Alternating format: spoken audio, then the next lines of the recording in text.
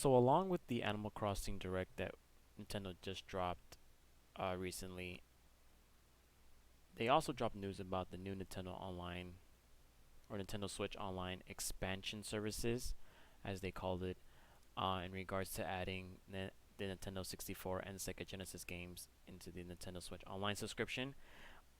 If you pay yearly, it is $20.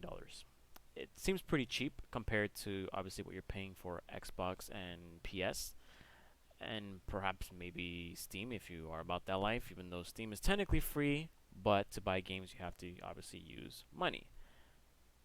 Now, I saw that the NSO, and I completely forgot about the NSO was going to be live at the end of the month. So I took myself upon the Twitter and I saw it was trending. I was like, oh, maybe they are seeing maybe perhaps Animal Crossing stuff is dropping. So I looked over, and the biggest uproar that the community had today was not of the games that were on the N64 nor the Genesis. It is this, and I'm going to scroll to it right now.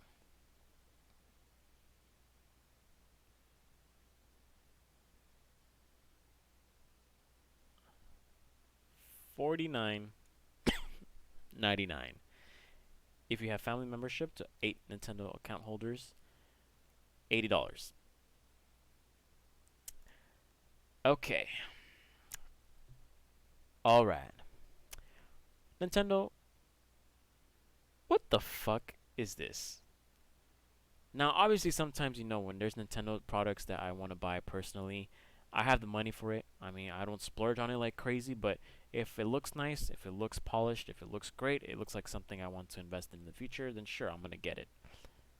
But $50 for an expansion pack? Compared to the $20 that I'm paying right now, I'm not too sure what they were trying to do with this. I don't understand why Nintendo makes 10 steps forwards of progress and 30 steps backs of hell. So let's go over exactly what they revealed today in an expansion pack. So the expansion pack essentially has Nintendo 64 games that you can play online, and I will show the lists of both systems that are going to come out along with Sega Genesis. And they also announced that there's going to be paid DLC for Happy Home Paradise, which is the Animal Crossing DLC, and I believe it is the first of its kind, as far as I'm concerned. Because technically, Animal Crossing is getting upgraded and to version 2.0, and there was a lot of information that dropped on that, but I'm not going to go over it because Animal Crossing to me, it was great when it first came out, but then I just got overwhelmed with a bunch of stuff, with all the new items, just playing with friends, trying to buy stuff, taking advantage of the stocks market. I just got burnt out completely by like last year. Actually, to be precisely, it was the wedding holidays, I don't know, event that happened. I believe it was July 1st or June 1st. I don't remember exactly when it was, but I got burnt out by the game by then, so I'm not really interested in Animal Crossing right now. It's a great game, don't get me wrong, it's a really good game. I think it's one of those games that benefited from the pandemic the most, but I'm just not interested in playing right now. So let's go over the 64 list. Oh man, this freaking controller always gave me hand cramps when I was a kid. Anyways, you get Super Mario 64, Mario Kart, Star Fox, Yoshi Story, Zelda, Winback, Mario Tennis, Dr. Mario, and this game as well. I forgot what this game is called. Forgive me. I'm not really that enthusiastic about 64 games right now. Also, Majora's Masks was also announced in the first trailer of the reveal of the NSO Expansion Pack. Is also coming out then, so that's pretty cool. All right, so I've given you guys that option, or that list, I should say. Now we're gonna go over the Sega Genesis. I remember playing this when I was a kid. And the list is right there. It's pretty small, but Sonic is a pretty big title to have on the Nintendo Switch. Um, so is Contraband. So yeah, and Strider as well. So there's pretty good games on the Sega Genesis as well. Again, I'm not too versed into Sega Genesis because I didn't grow up with it. Um, there. Oh, here's the actual list: Sonic the Hedgehog 2, Streets of Rage, which is pretty popular. Castlevania is another popular game. Strider was also popular back then. Contra, I say Contraband. Sorry, it's Contra. Dr. Robotnik's. It's actually a pretty funny game. Gunstar Heroes. And here's some other. I think this is all the games that are on there already. All 12 or all 15 games. Yeah. And then we have. Fuck your feedback. Anyways, we have the Animal Crossing Happy Home Paradise paid DLC. Um, you pretty much get to create vacation homes for your buddies.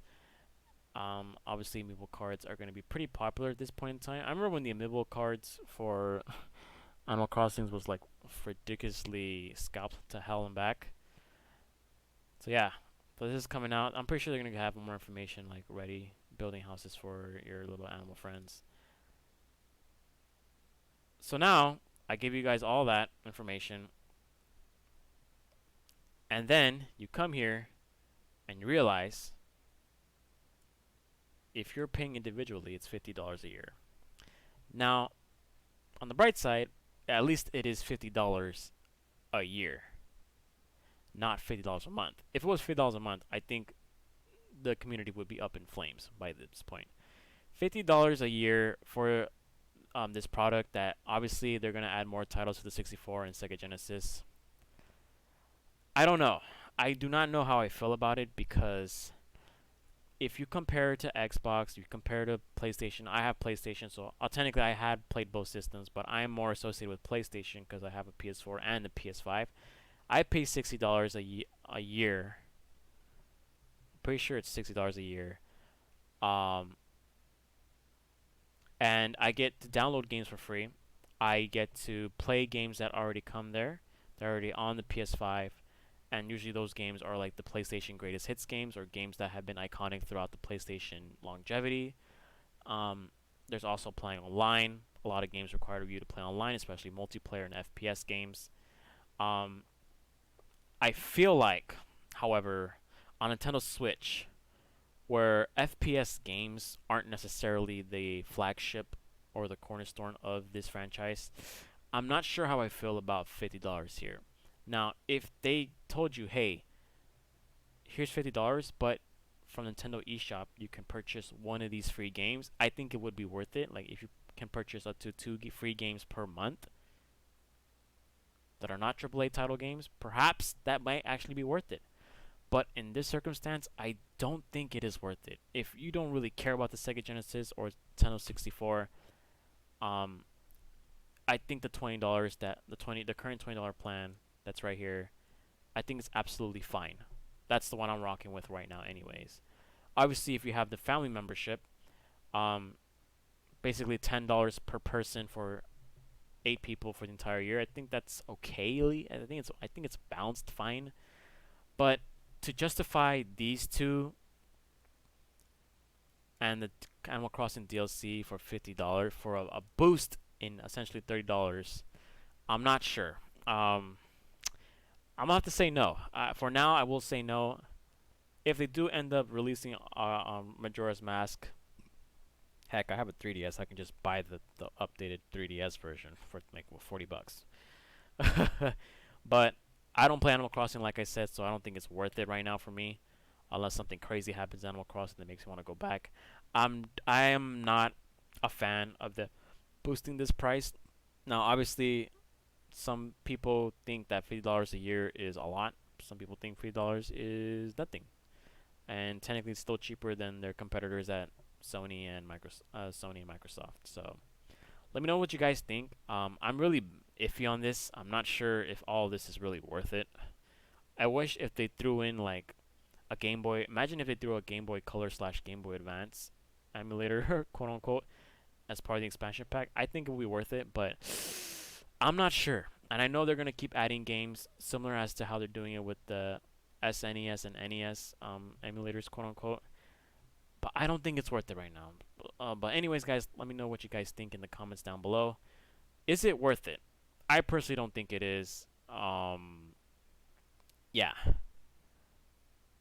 this will be a pretty interesting discussion for a couple months to come. Anyways, guys, it's your boy Franklin signing out. Peace.